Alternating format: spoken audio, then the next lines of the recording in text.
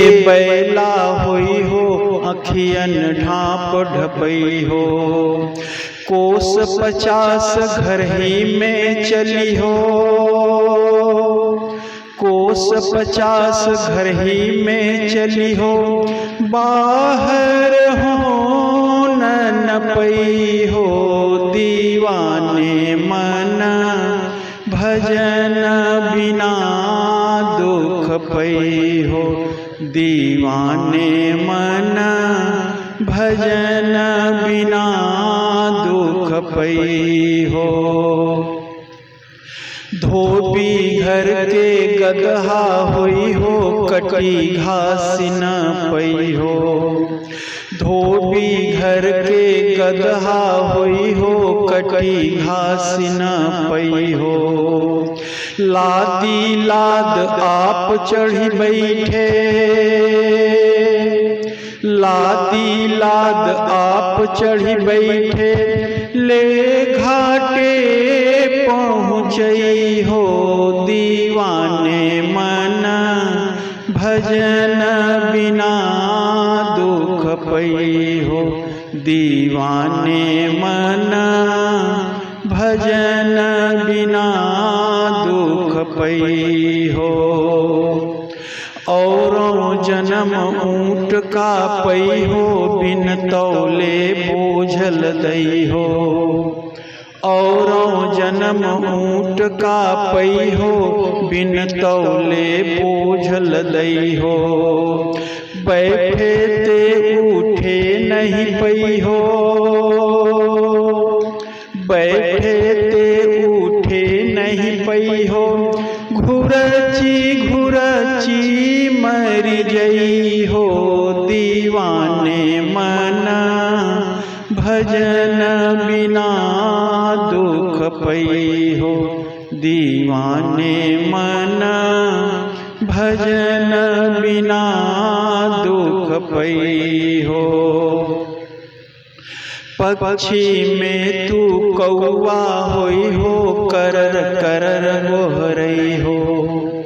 पक्षी में तू कौआ होई हो, करर करर गोहरई हो। उड़ के जाय मैला पर बैठे, उड़ के जाय मैला पर बैठे।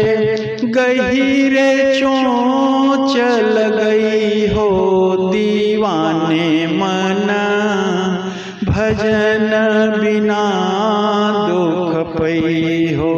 दीवाने मन भजन बिना दुख पई हो।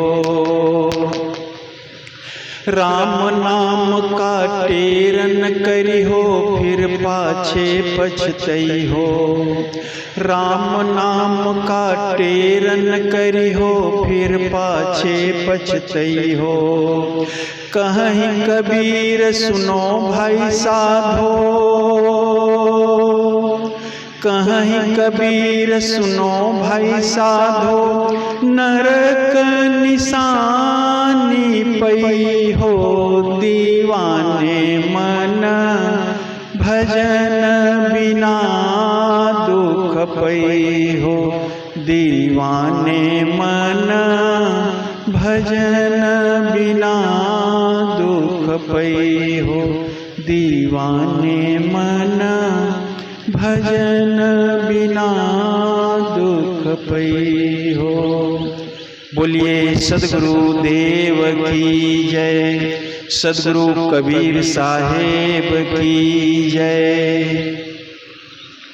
अब मैं परम पूज्य गुरुदेव जी से करवत निवेदन करता हूँ कि आप अपने कल्याणकारी विचारों से हम सबको लाभान्वित करने की कृपा करें। परम पूज्य गुरुदेव जी।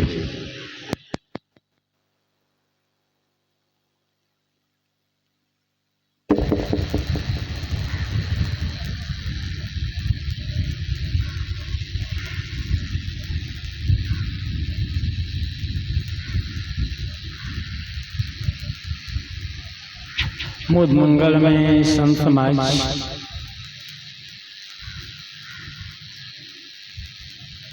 धर्मानुरागी सज्जनों, श्रद्धा मूर्ति देवी, अभी सुन रहे थे दीवाने मन भजन बिना दुख पई, ऐ पागल मन, यदि सुंदर मानव जीवन पाने के पश्चात तुमने भजन नहीं किया तो तुम जहां भी रहोगे दुख ही पाओगे। अब बात थोड़ी कम थनथनाहट। भोजन और भजन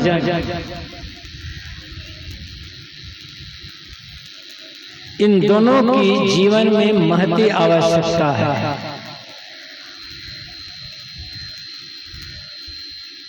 केवल एक से जीवन एकांगी और अधूरा रह जाता है। भोजन से तन की भूख दूर होती है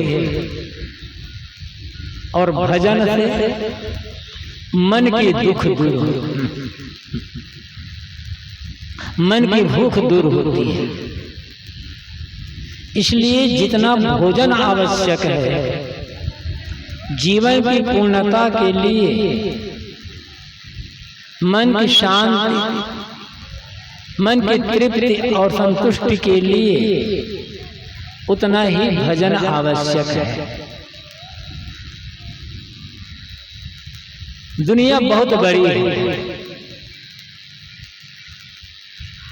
अनेक विचारधारा के लोग यहाँ हैं, सबके मान्यताएं अलग अलग, रुचियां अलग अलग, विश्वास अलग अलग, काम करने के ढंग अलग अलग और जीवन निर्वाह का धंधा भी अलग अलग है। किंतु मन की शांति सबके लिए आवश्यक है। मानसिक पीड़ा से बचना हर कोई चाहता है।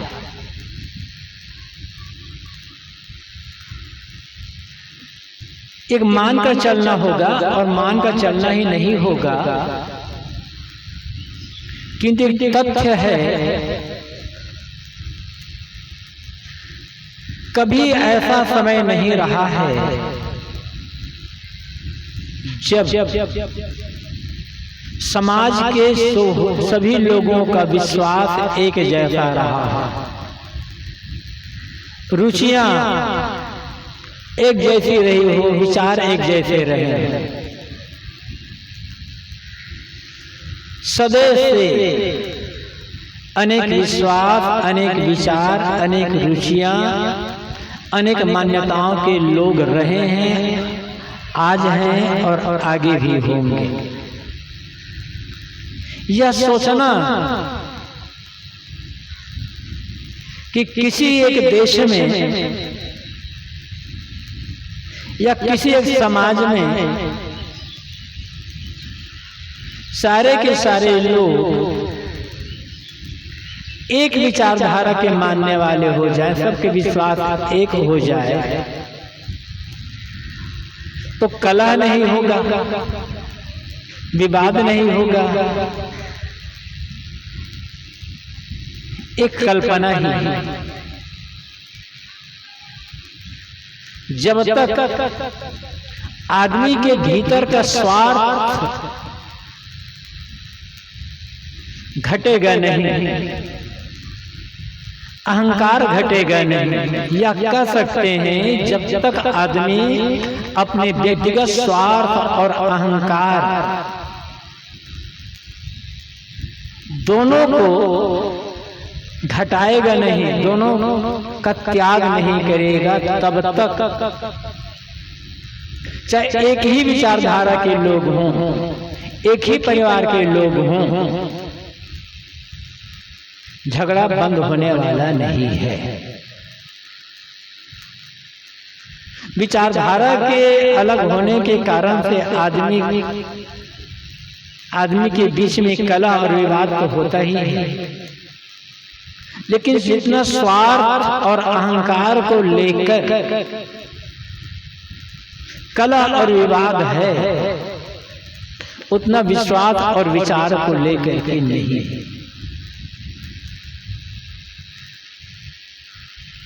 और विचार विश्वास को कभी एक नहीं किया जा सकता। कौरव और पांडव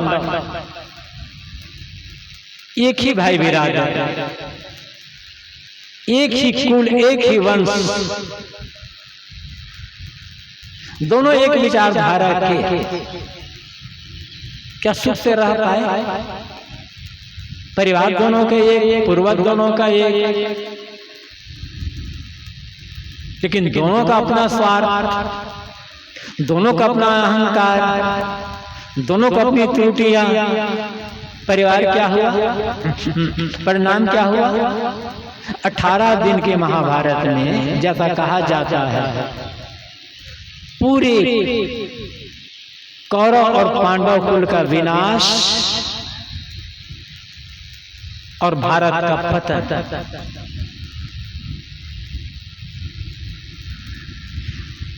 विजयी हो जाने के बाद भी क्या पांडव शांति से जी पाए? अब पढ़िए महाभारत, देखिएगा युधिष्ठिर और पांडवों का अनुताप और संताप, मानसिक संताप। किस मानसिक अनुताप और संताप में भी जिंदगी भर जलते रहे, और इस मानसिक संताप अनुताप से बचने के लिए उन्हें हिमालय में जाकर के गलना पड़ा।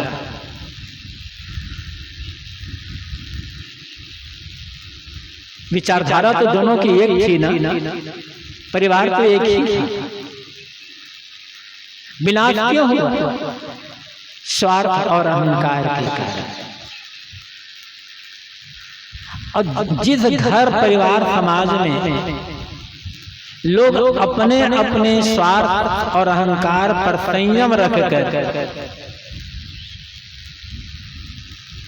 दूसरों के स्वार्थ और अहंकार को सहने का काम करेंगे, वो परिवार, वो घर, वो समाज शांति से रह सकेगा। और इस शांति से रहने के लिए, अपने स्वार्थ अहंकार पर संयम करने के लिए बहुत पढ़ाई लिखाई की आवश्यकता नहीं, बहुत जानकारी की आवश्यकता नहीं, बहुत रुपये पैसे की आवश्यकता नहीं। आवश्यकता है भजन करने की। बिना भजन के न मन में शांति रहेगी, और न ही आदमी अपने स्वार्थ अहंकार पर संयम रख सकेगा।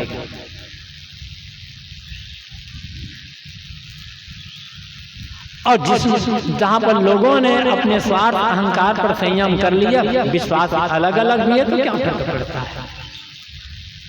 प्रेम, समता, सहनशीलता, दूसरों के विचारों को आदर और श्रेय देने का भाव जहां होगा, वहां अनेक मान्यताओं को लेकर भी आपस में लोग बड़े प्रेम और शांति से जीवन जी सकते हैं। भौतिक उन्नति करने के साथ साथ आध्यात्मिक उन्नति भी कर सकते हैं। तो विचारधारा तो अलग रही है, आज जैसे अलग अलग है। हिंदुओं में ही देख लो, कितने विचारधारा के लोग हैं, कितनी मान्यता के लोग हैं, कितने देवी देवता, कितने पूजा पाठ करने वाले हैं। मुसलमान में देख लो, कितनी जातियां, कितने फिरके उनमें हैं। ईसाइयों में देखो, मुसलमानों में शिया और सुन्नी दो खास अलग अलग हैं, लेकिन बहुत है उनमें भी। ईसाइयों में कैथोलिक और प्रोटेस्टेंट ये दो मुख्य हैं, लेकिन अलग अलग हैं। जैनों में दिगंबर और श्वेतांबर ये दो मुख्य हैं, लेकिन दोनों के बीच में इतने शाखाएं हैं, इतने भेद हैं कि क्या कहा। बौद्धों में देख लो हीनयान और महायान ये दो हैं, लेकिन दोनों के बीच में कितने कितने मतभेद हैं।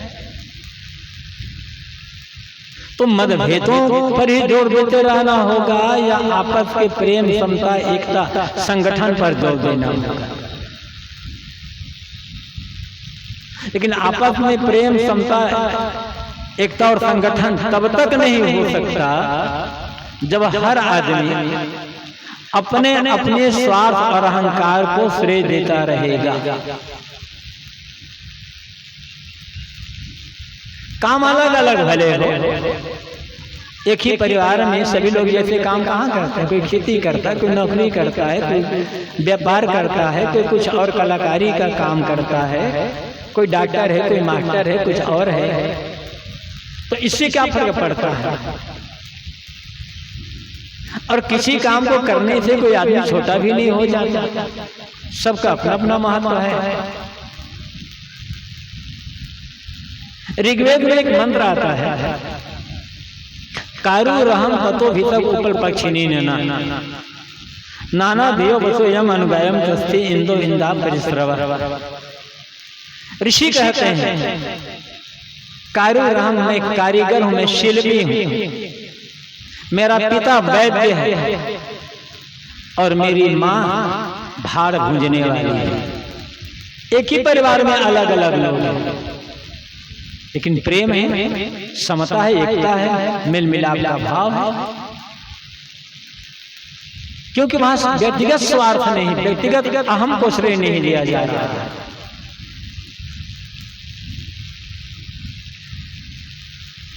सबको उसकी योग्यता, शक्ति और बुद्धि के अनुसार से आगे बढ़ने का अवसर जहां दिया जाएगा वही उन्नति होगी। बाहरी भी और भीतरी भी बात चल रही थी, दीवाने में भजन बिना दुख पई। मान्यता कुछ भी हो, विचारसरणी कुछ भी हो, विचारधारा कुछ भी हो, विश्वास कुछ भी हो, चाहे कोई किसी भी देवता, किसी भगवान को मानने वाला हो या किसी देवता भगवान को न भी मानने वाला हो, सबके लिए भजन बराबर आवश्यक है। बिना भजन के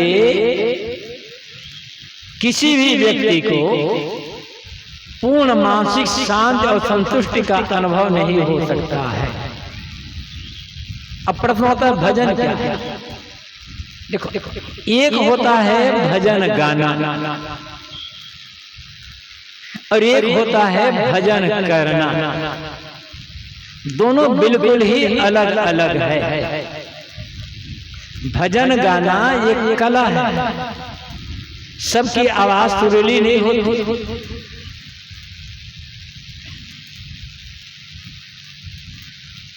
हर आदमी अच्छी ढंग से भजन नहीं गा सकता है, किंतु हर आदमी भजन कर सकता है। और ये मानव जीवन भजन करने के लिए ही मिला है। जानवर भजन नहीं कर सकते, क्योंकि जानवरों के पास मन का विकास नहीं है। भजन शरीर से नहीं होता है, भजन मन से होता है।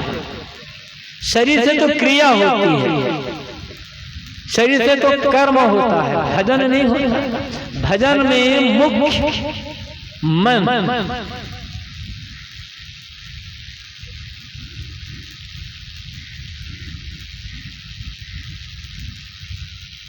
और आदमी भजन ही तो नहीं करता है।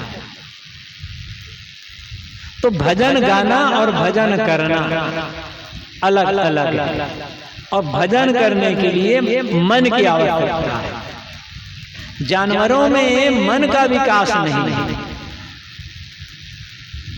मन का विकास मनुष्यों में, जानवरों में और मनुष्यों में जो विशेष अंतर है,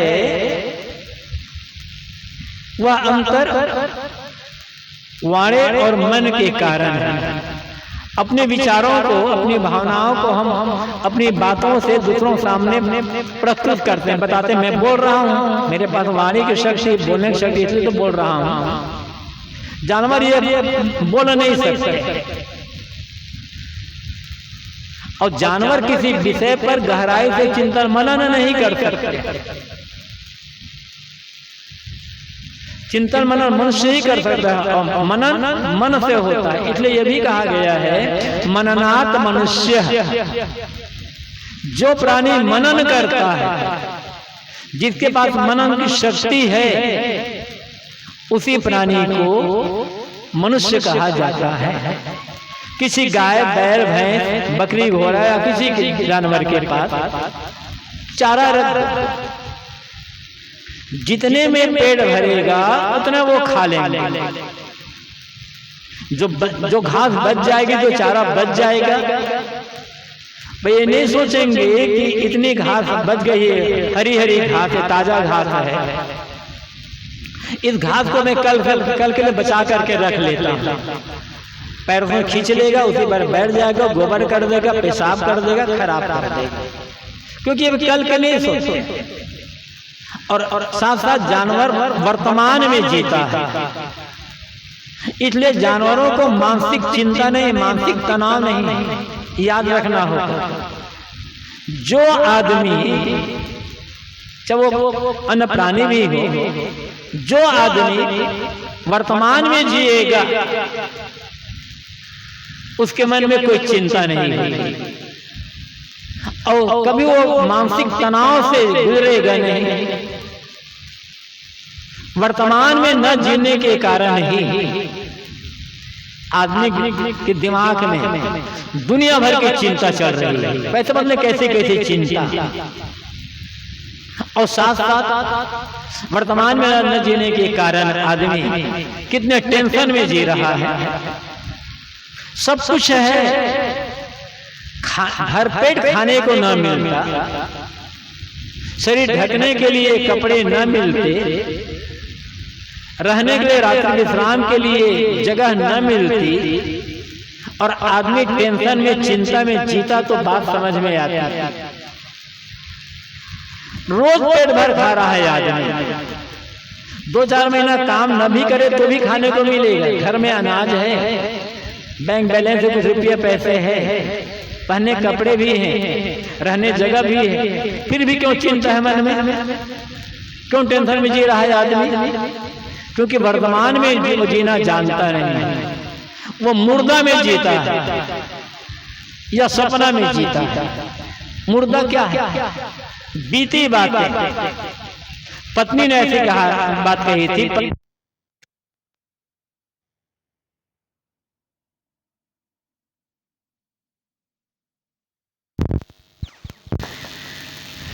किसी ने कुछ पुरानी बातें, अनसुहाती बातें कह दी है, भूतकाल में कुछ अनसुहाती घटनाएं घट गई है, उनको याद कर करके आदमी परेशान रहता है। हर आदमी अपने कंधे पर 24 घंटा मुर्दा धोने का काम कर रहा है। वो बिरले होगा जो मुर्दा नहीं ढोता है। वो कौन होगा? जो भजन करना जानता है। और मुर्दा क्या है? इनका पुरानी बात क्या सोचते हैं आप सुबह से शाम तक? या तो आगे के लिए सोचोगे, ऐसा होगा तो क्या होगा, वैसा होगा तो क्या होगा, ये होगा तो क्या होगा, वो होगा तो क्या होगा, बुढ़ापा में कौन सेवा करेगा, रोग लगे दवाई कहाँ से मिलेगी, बेटा बहुत घर से निकाल देंगे तो क्या होगा। व्यर्थ की कल्पना। या मुर्दा जो हो चुका है, उन्होंने ऐसा कहा, उन्होंने वैसा कहा, उन्होंने वैसा कहा, सारा टेंशन इसी के लिए है। जानवर ऐसा नहीं सोचते, वो हमेशा बर्तान में जीते। किसी जानवर को आपने आत्महत्या करते देखा है क्या? फांसी लगाते, पानी में डूब करके मरते, ट्रेन आगे कूद करके मरते, कट कर मर जाते, आग में जल कर मर लेते, जहर खाते। देखा किसी जानवर को आपने? लड़ाई झगड़ा करते, गाली गलौज करते, शिकायत करते, मुकदमाबाजी करते, मारपीट करते, देखा किसी जानवर को आपने? क्योंकि जानवर वर्तमान में जीते हैं, और जो मिल जाता है उसे उसमें जानवर संतोष रखना जानता है। आदमी वर्तमान में नहीं जीता। या मुर्दा में जीता है, बीती बातों में, या भविष्य कल्पना में, सपना में जीता है। इसीलिए आदमी दुनिया में सबसे अधिक दुखी, सबसे अधिक दुखी है। कहा यह जाता है कि आदमी दुनिया का सिरमौर प्राणी है और साथ साथ बुद्धिजीवी प्राणी है। सिरमौर प्राणी है, सबसे बड़ा और महान प्राणी है, इतना दुखी क्यों है? फिर कहां गड़बड़ी हो रही है? एक ही कारण है, आदमी अपने मन को नहीं संभाल पा रहा है, अपनी इच्छाओं को, अपनी कामनाओं को संभाल नहीं पा रहा है। जो मिला है उसमें संतोष रखना नहीं जानता है, वर्तमान में जीना नहीं जानता है। इसीलिए आदमी सर्वाधिक दुखी है दुनिया में। बुद्धि तो है आदमी के पास, लेकिन बुद्धि का दुरुपयोग कर रहा है आदमी। इतना दुरुपयोग कर रहा है कि पूरी दुनिया को तबाह करके रखा है।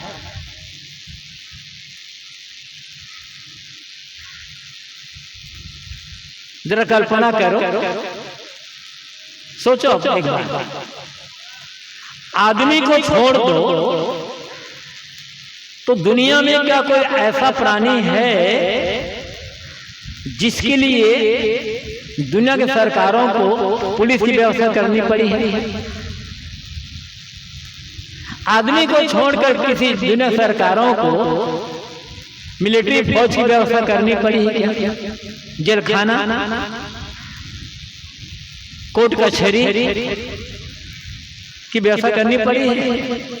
चाहे पुलिस की व्यवस्था हो, चाहे मिलिट्री की व्यवस्था हो, चाहे कोर्ट कचहरी की व्यवस्था हो, चाहे पुलिस की व्यवस्था करना हो, ये सब के सब आदमी के लिए, जो मानता है कि हम बुद्धिजीवी हैं। फिर ऐसी बुद्धि का मतलब क्या होता है? कहीं ना कहीं गड़बड़ी हो रही है ना। और आप जानते हो, यदि पूरी दुनिया की सरकार यह घोषणा कर दे कि कल 2 मई 2025 को पूरी दुनिया में किसी प्रकार का कोई कानून नहीं रहेगा, किसी के लिए कोई रोक टोक नहीं रहेगी, जो आदमी जैसा करना चाहे वैसा कर सकता है और उसके लिए उसे कोई सजा नहीं मिलेगी, पूरी छूट रहेगी मनमानी करने के लिए, तो जानते हैं क्या होगा? 3 जनवरी 2025 को दुनिया नरक से ही बदतर हो जाएगी। करेगा कौन? गाय बैल घोड़ा गधा? आदमी। इतना कानून है, इतना नियम है, धर्म के नियम है, समाज के नियम है, परिवार के नियम है, तमाम देश भर के कानून है। इसके बाद क्या हो रहा है बताने की आवश्यकता नहीं है। टीवी अखबार के माध्यम से आप अच्छी तरह जानते हैं। क्यों? आदमी अपनी बुद्धि का दुरुपयोग कर रहा है।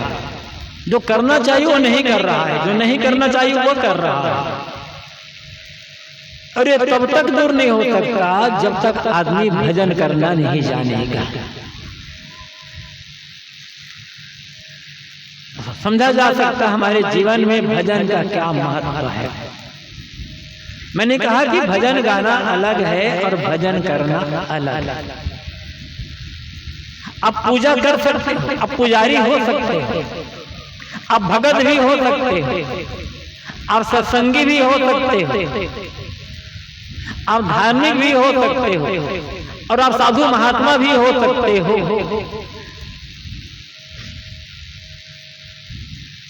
किंतु यदि भजन करना आपको नहीं आता है तो न आपकी भक्ति काम आएगी, न पूजा काम आएगी, न धर्म काम आएगा, न साधु होना काम आएगा।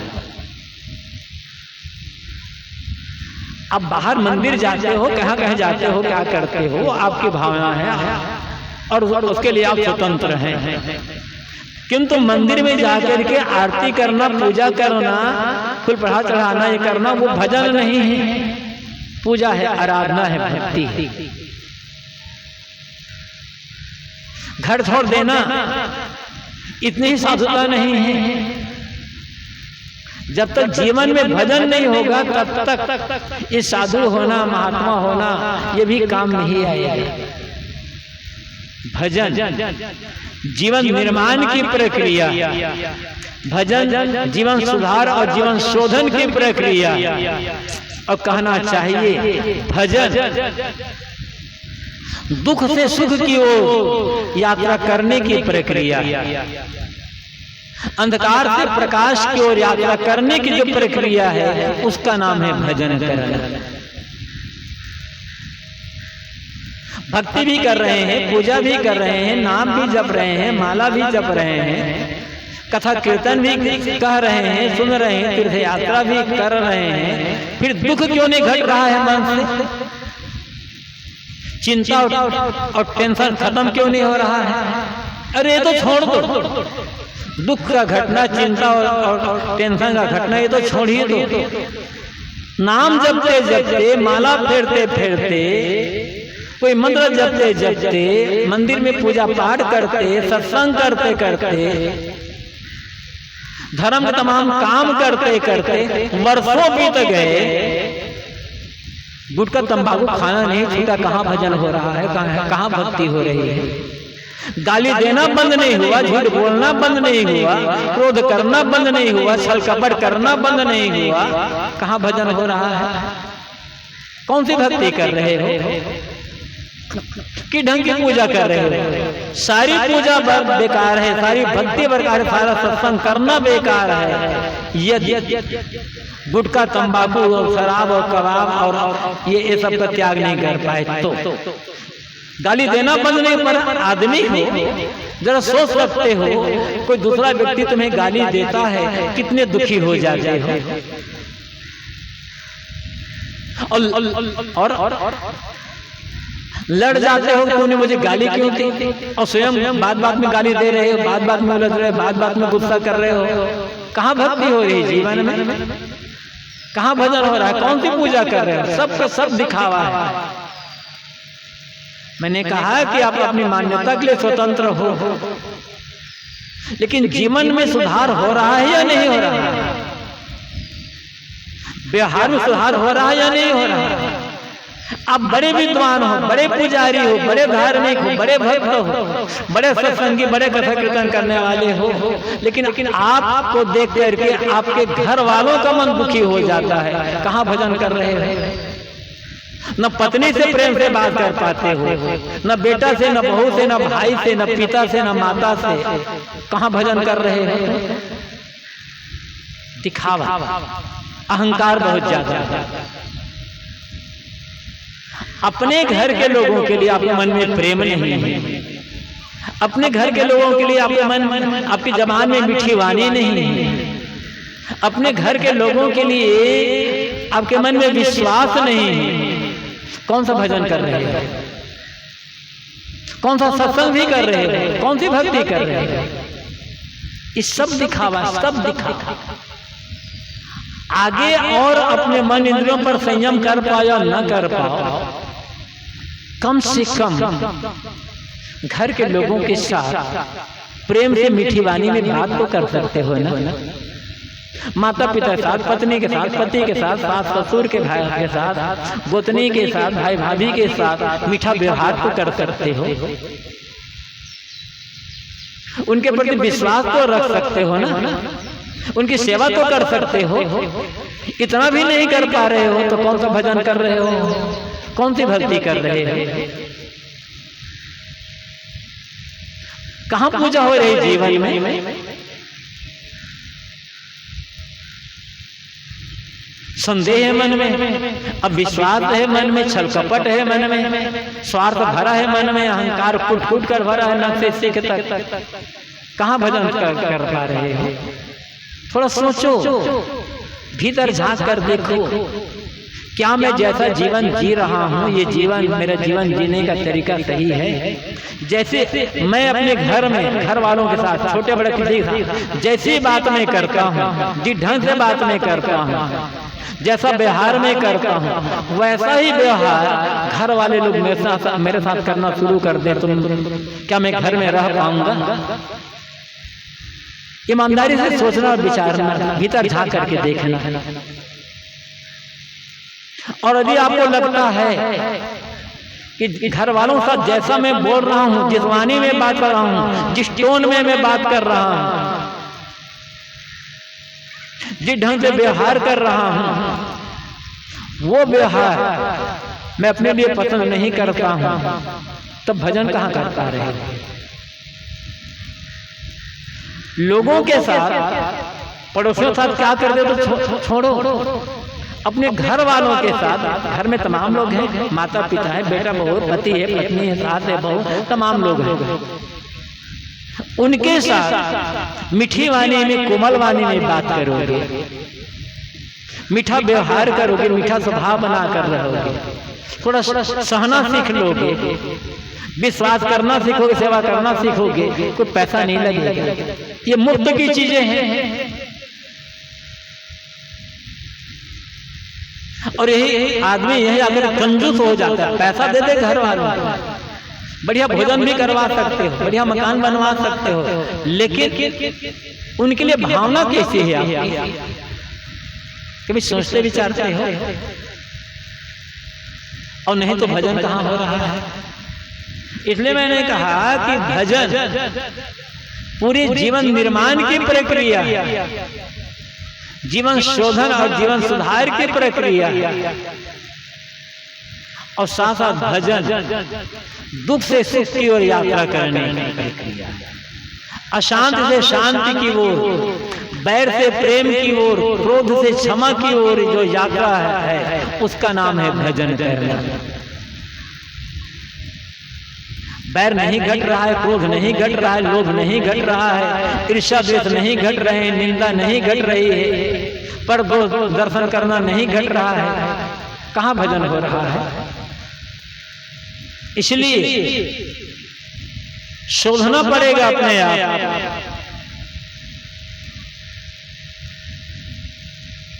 भजन, आत्मशोधन और आत्मज्ञान। जैसे एक मूर्ति बनाने वाला मूर्तिकार एक अनगढ़ पत्थर को, जिस पत्थर की कोई खास कीमत नहीं होती, उस अनगढ़ पत्थर को छेनी और हथौड़ी के माध्यम से छीलना, गढ़ना, संवारना, शोधना शुरू करता है, धीरे धीरे धीरे धीरे, और महीनों तक उस पत्थर को गढ़ता, छीलता, संवारता है। फिर धीरे धीरे ऐसा होता है, एक दिन हुआ आता है, वो पत्थर पत्थर नहीं रह जाता, सुंदर मूर्ति बन जाता है। और मूर्ति बनकर ही नहीं रह जाता, वही पत्थर मंदिर में भगवान बन जाता है। कैसे? गढ़ने, छीलने, संवारने से।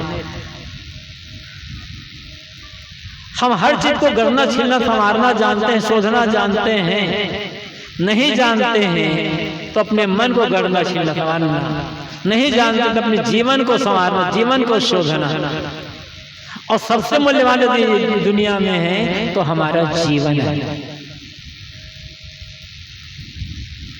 रोज बैठिए, चाहे स्त्री हो चाहे पुरुष, सास हो, बहू हो, तो पिता हो, पुत्र हो, तो चाहे गुरु हो चाहे शिष्य हो, रोज बैठो, सुबह समय निकाल, शाम का समय निकाल कर 5 मिनट, 10 मिनट, आधा घंटा, और जरा गंभीरता से सोचो, क्यों मेरे मन में दुख है, क्यों मेरे मन में पीड़ा, क्यों मैं टेंशन में जी रहा हूं, कहां मुझसे भूल हो रही है। पढ़ाई लिखाई काम ना आएगी। जो अधिक पढ़ने लिखने का अहंकार है, हम बहुत पढ़ लिख लिए, हमारे पास ऐसी डिग्री, हमारे पास वैसी डिग्री, हम ऐसी नौकरी करते हैं, कुछ काम नहीं आएगा यदि शोधोगे नहीं जीवन पर। अकेले समय निकालना होगा, शोधना होगा। पहली बात यही शोध लो कि इतने दिन हो गए भक्ति करते, पूजा करते, पाठ करते, गुरु से जुड़े हुए, सत्संग करते हुए, क्यों मेरी आदत सुधर नहीं रही है? आखिर ये भक्ति पूजा सत्संग और गुरु से जोड़ करके मैं क्या कर रहा हूँ, कहाँ चूक हो रही है। जैसे दूसरों की गलतियों को बड़ी बारीकी से देखते हो ना, वैसे ही अपने जीवन की गलती, खुद की गलतियों को देखो और केवल देख करके रहना चाहिए, दूर करने का प्रयास करो।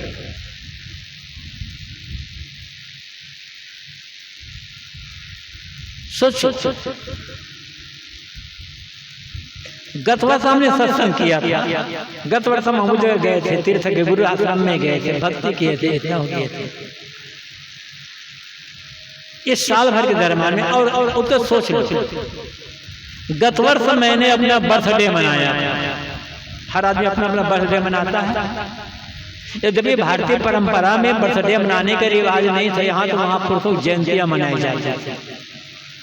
रामनवमी है, कृष्ण जन्माष्टमी है, ये जयंती वो जयंती, गुरु पूर्णिमा, ये सब यहाँ महापुरुषों की जयंतियां मनाई जाती है। अंग्रेज आए तो अपना बर्थडे मनाते थे, तो यहाँ लोग शुरू कर दी, चलो कोई बात नहीं, इसी बहाने एक घर परिवार में उत्सव का माहौल हो जाता है, सबको बढ़िया कुछ खाने पीने को मिल जाता है, रिश्तेदारों से मिलना जुलना हो जाता है, तो अच्छा है। यदि आप अपना बर्थडे मना रहे हैं, बड़े हो गए हो, समझदार हो गए हो, अब अपना बर्थडे मना रहे हैं, तो बर्थडे मनाने के पश्चात जब सभी लोग विदा हो जाए, बिस्तर पर जाओ और बैठो और सोचो कि गत वर्ष मैंने अपना बर्थडे मनाया था और आज मना रहा हूं, एक साल का अंतर हुआ। इस एक साल में मैंने कौन कौन से अच्छे काम किए, मुझे मैंने अच्छा काम ज्यादा किया है या गलत काम मुझसे ज्यादा हुआ है, मेरा स्वभाव सुधरा है या मेरा स्वभाव बिगड़ा है, 2 दुर्गुण घटे हैं या 2 दुर्गुण बढ़ गए, सद्गुण, सदाचार, सेवा, ईमानदारी, ये सब घटे हैं या बढ़े हैं। और यदि लगता है कि साल भर के दरमियान में मेरा स्वभाव पहले की अपेक्षा सुधरा है, सुंदर बना है, आदतें सुधरी है, मैंने गलत काम अच्छा काम ज्यादा किया है, मेरे 2 दुर्गुण घटे हैं, सद्गुण बढ़े हैं, सदाचार बढ़े, ईमानदारी बढ़ी है, मेरा मन शांत हुआ है, तो समझ लेना आपका बर्थडे मनाना सार्थक हो गया, जीवन में भजन हो रहा है। और ये भी ऐसा नहीं हुआ, 2 दुर्गुण तो नहीं घटे बल्कि 2 दुर्गुण और बढ़ गए, ईमानदारी घट गई, शांति घट गई, सुख घट गया, स्वार्थ बढ़ गया, अहंकार बढ़ गया, अच्छे काम ज्यादा नहीं कर पाए, गलत काम ज्यादा हो गया, आदत सुधरी नहीं बल्कि आदत और बिगड़ गई, तो आप बर्थडे नहीं मना रहे हो, बर्थडे मना रहे हो। और बर्थडे मनाने की खुशी को मना रहे हो, क्या फायदा हो इससे? अपने बच्चे को बर्थडे मना रहे हो, बच्चा भी छोटा है आपका। सोचो कि इस साल भर के दरमियान में मैंने अपने बच्चे को क्या क्या सुंदर संस्कार दिए, अच्छे कपड़े दिए, ये किए, वो किए, वो तो अच्छी बात है। कौन कौन सी अच्छी बात मैंने सिखाई? बड़ों के लिए आदर, सम्मान, सेवा की भाव के सामने झुकना, दूसरों को देने की आदत, क्या क्या मैंने अपने बच्चे को सिखाया। अपने बच्चे को आप कहाँ पढ़ाते हो, किस कॉन्वेंट में पढ़ाते हो, कितनी फीस देते हो, ये बड़ी बात नहीं है। बड़ी बात यह है कि बच्चे को संस्कार क्या दे रहे हैं, सीख क्या दे रहे हैं। बड़ों सामने, माता पिता, दादा या बड़ों सामने झुकने के संस्कार दे रहे हो या करने के संस्कार दे रहे हो। खुद का व्यवहार कैसे, अपने स्वयं जो सास ससुर, दादा दादी, माता पिता है, उनके सामने अकड़ करके बात करते हो या झुक करके बात करते हो, अहंकार पूर्वक बात करते हो या विनम्रता पूर्वक बात करते हो, क्या कर रहे हो? और ये सीख आप ये बच्चों को क्या दे रहे हो? तो उनका बर्थडे मनाना सार्थक हो जाएगा। वो बर्थडे मनाना भी भजन बन जाएगा। भजन ऐसा नहीं है कि केवल एक ही जगह कर रहे हैं। अब बाथरूम में नहा रहे हैं, बाथरूम फाटक बंद है, अकेले सिर में पानी डाले, साबुन लगाए, रगड़ रहे हो शरीर को, हाथ पर आदि। सोचो जैसे मैं रोज साबुन पानी लगा लगा करके रोज अपने शरीर को रगड़ रगड़ करके धोता हूं, क्या मैं अपने मन को भी रगड़ता हूं कभी ऐसे? क्या मैं अपने मन को रगड़ करके मन की जो गंदगी है, मन की जो बुरी आदतें, मन का जो कुटेव है, कुसंस्कार है, इन्हें धोने का काम मैं कर रहा हूं? साहब ने कहा है सदगुरु कबीर ने, पानी ले ले साबुन ले ले मल मल काया धोए, अंतर घट का दाग न छूटे निर्मल कैसे। तुम पानी और साबुन लेकर रगड़ रगड़ काया को धो रहे हो, शरीर को चमका रहे हो, और मन तो काला बना वैसे वैसे काला बना हुआ है। तो शरीर चमकाने से क्या होगा? याद रखना, शरीर को चमकाने से जीवन सार्थक नहीं होगा। शरीर भले न चमके, मन चमकना चाहिए, जीवन का आचरण चमकना चाहिए, जीवन का व्यवहार चमकना चाहिए, तब भजन होगा और तब जीवन सार्थक होगा। और यह काम तो नहीं हो रहा है। मन तो और बिगड़ता चला जा रहा है, आते बिगड़ती चली जा रही है। काले शरीर को गोरा नहीं बना सकते, लेकिन काले मन को गोरा मन तो बना सकते हो ना। शरीर काला है तो क्या होगा? कौन सा नुकसान हो जाएगा? नुकसान तब होगा जब मन काला होगा। वो धन्य है जो अपने काले मन को गोरा बनाने का, बिगड़े मन को सुधारने का काम कर रहा है, वही तो भजन कर रहा है। क्योंकि जिस आदमी ने अपने काले मन को गोरा बना लिया, बिगड़े मन को सुधार लिया, उसके जीवन में भी चिंता क्यों होगी, दुख क्यों होगा, पीड़ा क्यों रहेगी, तनाव क्यों रहेगा, क्यों टेंशन में जिएगा वो? तो उसके जीवन में भजन नहीं हो रहा है। ऐसे हर जगह आप सोचिए, हर जगह सोचिए। भजन एक ऐसी प्रक्रिया है जो हर जगह ये प्रक्रिया होती है, निरंतर आत्मशोधन करना और धीरे धीरे मांझते मांझते अपने आप को पूरा का पूरा मांझ ले। अब पूरा मांझ लिया गया तब दुख खत्म। जैसे मैंने कहा था, जैसे एक मूर्तिकार अनगढ़ पत्थर को छीलता गढ़ता संवारता है, और संवारते संवारते उस अनगढ़ पत्थर को भगवान बना देते हैं। हर आदमी में कला नहीं होती, हर आदमी मूर्तिकार नहीं बन सकता, लेकिन हर आदमी अपने जीवन को मान सकता है ना।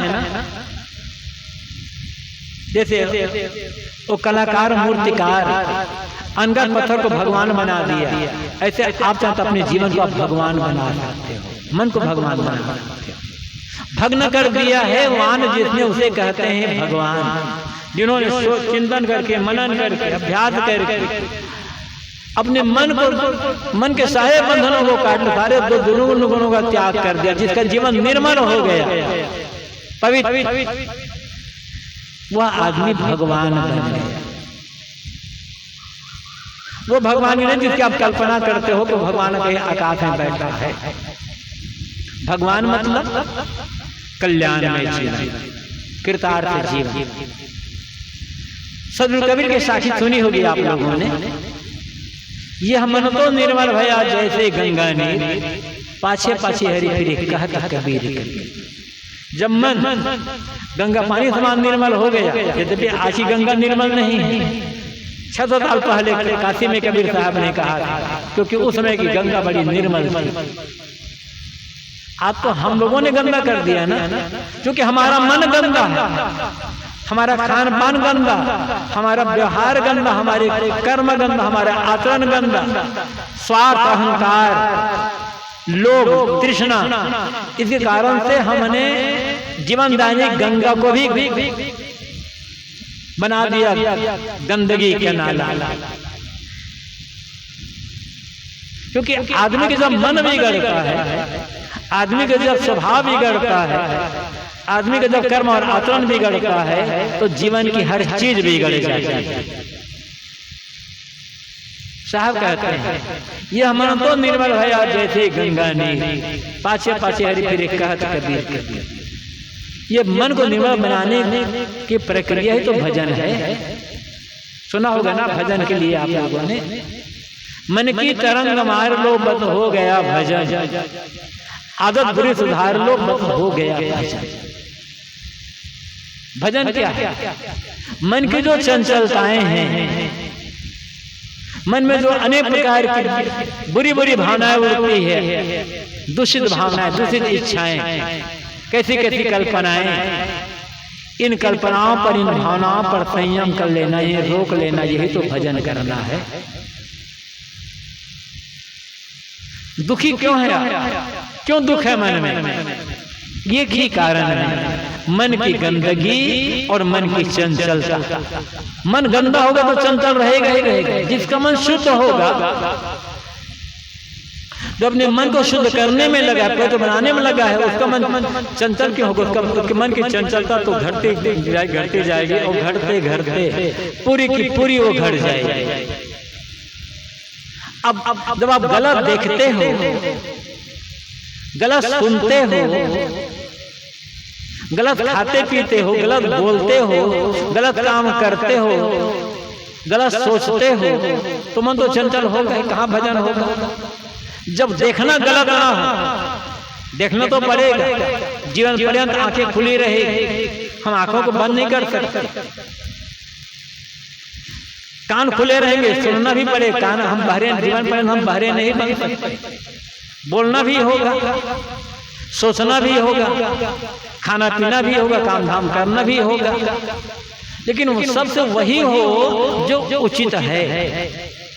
वही देखो जिस देखने से मन में उत्तेजना ना आए, चंचलता ना आए, विकार ना आए, लोभ ना आए। वही सुनो जो सुनने से मन में उत्तेजना और चंचलता ना आए, मन गलत ना होने पर। वही बोलो जो गलत न, दूसरे निंदा चुगली बुराई की बात ना बोलो। वही बोलो जो उचित हो, जिन बातों को सुन करके अच्छी प्रेरणा मिले, दूसरों को अच्छी भावना जगे, उसका साहस बढ़े, उसका आत्मगौरव बढ़े, उसका आत्मबल बढ़े। ऐसा सोचो जो उचित हो, भजन तो हो जाएगा और सरल है। सोचते तो हो ना। वो गांधी जी के 3 बंदर को ख्याल कर, अपनी बात समाप्त करूंगा मैं 2-3 मिनट में। गांधी जी के 3 बंदरों का ख्याल होगा। एक बंदर ने अपने आंखों को बंद किया हाथों से, एक ने कानों को बंद किया, एक ने मुख को बंद किया। मतलब क्या है? गलत ना देखें, गलत ना बोलें, गलत ना सुने। अच्छी बात है। इसका मतलब अच्छा बोले, अच्छा सुने, अच्छा देखें। जब आपका गलत बोलना, गलत सुनना और गलत देखना बंद हो जाएगा, तब अच्छा देखना, अच्छा सुनना और अच्छा बोलना शुरू हो जाएगा। या ये भी हम कहते, जब अच्छा देखने लगोगे तो गलत देखना बंद हो जाएगा। अच्छा सुनने लगोगे तो गलत सुनना बंद हो जाएगा। अच्छा बोलने लगोगे तो गलत बोलना बंद होगा। लेकिन उसके पहले गलत ना सोचना और शुरू करना, मतलब अच्छा सोचना। जब हमारा गलत देखना, गलत बोलना, गलत सुनना, गलत खाना, गलत करना, गलत सोचना बंद हो जाएगा, तो कौन सी चिंता होगी मन में, कौन सा दुख होगा, कौन सी पीड़ा होगी, क्यों टेंशन में आदमी होंगे? यही तो भजन करना है, जिससे मन का दुख खत्म होगा। और ये हम भजन नहीं करते, इसलिए कहा गया दीवाने मन भजन बिना दुख नहीं हो।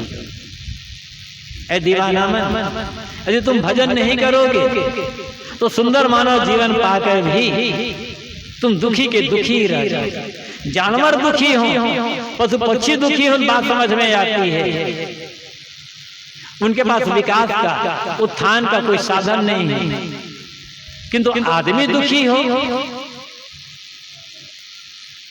ये बात समझ में नहीं आई। क्योंकि जिस आदमी के पास उत्थान के, कल्याण के, सुधार के, उन्नति के सारे साधन उपलब्ध हैं, वो आदमी दुखी क्यों? क्योंकि आदमी सब कुछ तो करता है, भजन करना छोड़ दिया है, इसीलिए आदमी दुखी।